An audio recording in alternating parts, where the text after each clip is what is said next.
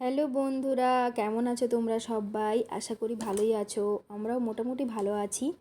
তো দেখো, এই যে আমরা রথের মেলাতে বেরিয়ে পড়েছিলাম, তারই কিছু অংশ তোমাদের সাথে শেয়ার করব বলে ভাবলাম, তাই একটু ভিডিও করে নিয়েছিলাম। তো দেখো, এই যে বাবার হাত ধরে ছেলে রথের মেলায় যাচ্ছে। সত্যি এই সব দিনগুলো দেখলে না আমাদের ছোটোবেলার কথা মনে পড়ে যায়। যদিও আমি আমার বাবার হাত ধরে যেতাম না, যেতাম হচ্ছে আমার পিসতুতো দাদার হাত ধরে, কারণ ওর কাছেই আমার ম্যাক্সিমাম টাইমটা কাটতো। যেহেতু আমার মামা বাড়ি, মানে আমার বাড়ি ওর হচ্ছে মামা বাড়ি, তো ও আমাদের বাড়িতেই থাকতো। তো ওই আমাকে বড় করেছে বলতে পারো। তারপরে যে আমাদের জগন্নাথ মন্দিরে, মেদিনীপুরের জগন্নাথ মন্দিরে এলাম, কিন্তু ঠাকুর তখন রথে বেরিয়ে পড়েছে মাসির বাড়ির উদ্দেশ্যে, শুধু সুভদ্রা দেবীই ছিলেন। তারপরে ওখান থেকে বেরিয়ে এই যে ছেলের হচ্ছে এটা, ওর ছোটোবেলা থেকে অভ্যেস, ও পারে না, ওকে দিতেই হয়। আর আমিও চাই ও এভাবেই বড় হোক, তো সেটাই করে। আর এটা নতুন করে আমি আর কিছু বললাম না, তোমরা দেখেই বুঝতে পেরেছো। তো এই শিক্ষাতেই ও বড় হোক, আমি সবসময়ই চাই। তো তারপরে দেখো, এখানে মেলাতে লোকজনের খুবই ভিড় ছিল, এবং এখানে এত নিত্য প্রয়োজনীয় জিনিস, গৃহস্থালির কাজে ব্যবহৃত জিনিস এত বিক্রি হয় না এই রথের দিন। খুব ভালো লাগে। যারা আম, মানে প্রতিদিনের জীবনে বা আমাদের পারিবারিক জীবনে যেগুলো প্রয়োজন হয় সেগুলো কেনার জন্য এই রথের দিন শহরাঞ্চলের মানুষরা এই রথের দিনটা মানে খুবই উপভোগ করে। দেখতেই পেলে মোড়া আরও কত কিছু, মানে বটি থেকে শুরু করে সব কিছুই পাওয়া যায়।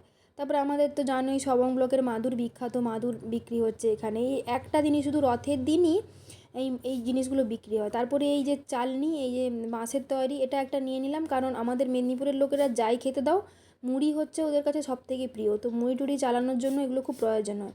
তারপর দেখো, জিনিসগুলো দেখলেই বুঝতে পারবে যে কত সুন্দর সুন্দর জিনিস মানে পাওয়া যায়, যেগুলো হয়তো আমরা সচরাচর দোকানে হয়তো খুঁজলে আজকালকার যুগে পাওয়া খুব মুশকিল হয়ে যায়। হ্যাঁ, পাওয়া যায় না তা নয়, কিন্তু পাওয়া যায় লোহা বা স্টিলের দোকানে, কিন্তু এই মেলাতে খুব সহজেই পাওয়া যায় আর কি।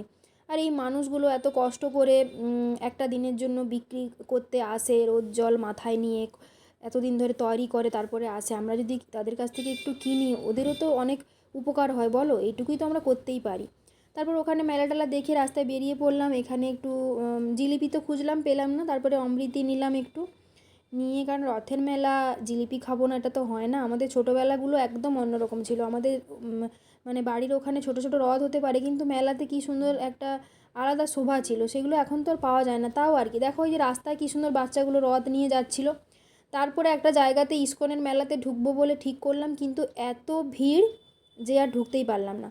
তারপর বাবা মা তারপরের দিন আসার কথা ছিল বলে তাড়াতাড়ি বাড়ি চলে এলাম। দিয়ে দেখো, এই যে বেড কভারটা একটা আমার মাইমা আমাকে গিফট করেছে। দেখো তো, বলো এটা কেমন হয়েছে, জানাবে। তারপরে যে রান্না বান্না করলাম, মাছের ঝাল করছিলাম, আর হচ্ছে আরেকটা যেন কী করেছিলাম, মাছের ঝাল একটা হয়েছিল, আর মাছ এই সর্ষে পোস্ত দিয়ে একটা রান্না হয়েছিল। আর এদিকে বোধহয় প্রেসারে ডাল আছে, আর এই যে মাছের ঝোল করব বলে আলু পটল কষা হচ্ছিল। আমি জানি তোমরা আমার কড়া দেখে খুব হাসো, তাই না? কিন্তু বিশ্বাস করো, এই কড়াগুলো এরকম কালো হতে পারে, কিন্তু রান্নাবান্না খুবই ভালো হয়, কোনো নোংরা নয়, এমনি মানে রান্না করতে করতে হয়ে যায় না। তারপরে এদিকে চিকেন হচ্ছিল, দেখতেই পেয়েছো। বাবা মা অলরেডি চলে এসছে, ভিডিও সেভাবে করে উঠতে পারিনি, কারণ আমারও সেদিন খুব শরীর খারাপ ছিল, আর মায়ের তো খুবই শরীর খারাপ, তার ওপরেও এসেছে ডাক্তার দেখাতে। মায়ের কথা পরে একদিন বলবো।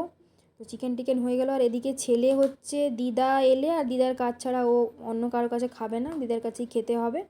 দিদা তাই খাইয়ে দিচ্ছিল নাতিকে, ওটাই মানে তৃপ্তি। তারপরে যে বাবা দাদাকে খেতে দিয়ে দিলাম, ওরা খাচ্ছিল। ভিডিওটা কেমন লাগলো তোমরা জানিও। সবাই ভালো থেকো, টাটা।